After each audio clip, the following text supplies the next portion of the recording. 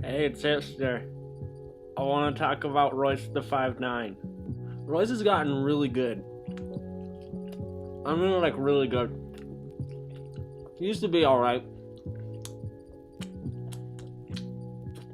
I feel now he's in his zone, though. I feel like he's taken the reins of Eminem because Eminem kind of fell off, in my opinion. Because you could start to tell that he was going to do it, or starting to fall off when he put out Relapse. Because it wasn't him, really. Because he got off the drugs, and then it was like he needed them to rap, but then it was like, it felt forced. And all of his punchlines are they're clever, and they're catchy, but they're not as well thought out as he used to make them. They're kind of like, they're one note, especially with Recovery and Bad Meets Evil. It's like he can't not yell anymore, because he feels like he needs to do that to put across the same emotion that he put in before with the drugs, or just his mind state that he was before he became sober.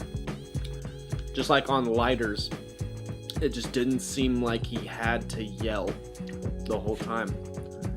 And whenever he does that too, it's like he can't focus on the beat, and sometimes during the songs he'll just get off at certain points. But he's still good. Still way better than me now. A legend. You can't really hate on Eminem. Back to Royce. My favorite album out of it's one of my top 10s, and my favorite album that he's ever put out was Street Hop. I think it was Street Hop 2010. He put it out in 2009. It's like every single song on there was just so good and well thought out and put together, and it flowed the whole thing.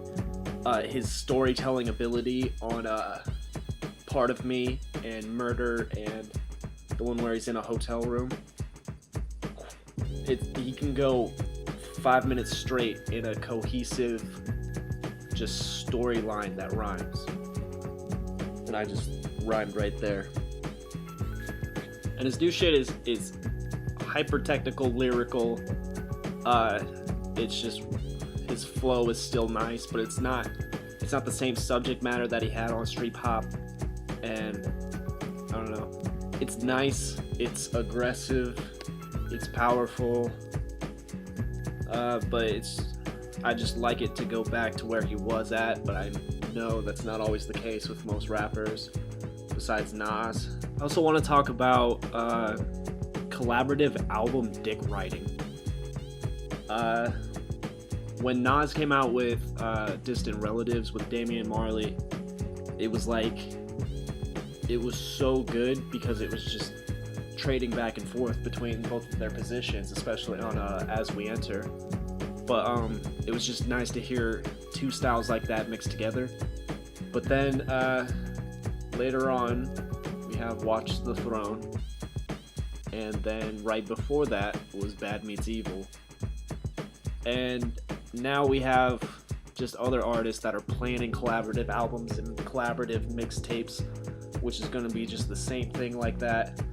And it's just like, if you didn't like Bad Meets Evil, that was planned out a long time ago, and I assume so was Distant Relatives, but and Watch the Throne. But it's just, they all happen at the same time, and now I feel like other artists see that and they feel like they need to do that to be relevant, but they shouldn't, because that just puts way too much out there, and it won't be good, besides a few radio singles. That shit cray. That's all for today. I'm Hipster. Go check out my other YouTube channel for some good hip-hop music, country, music awards.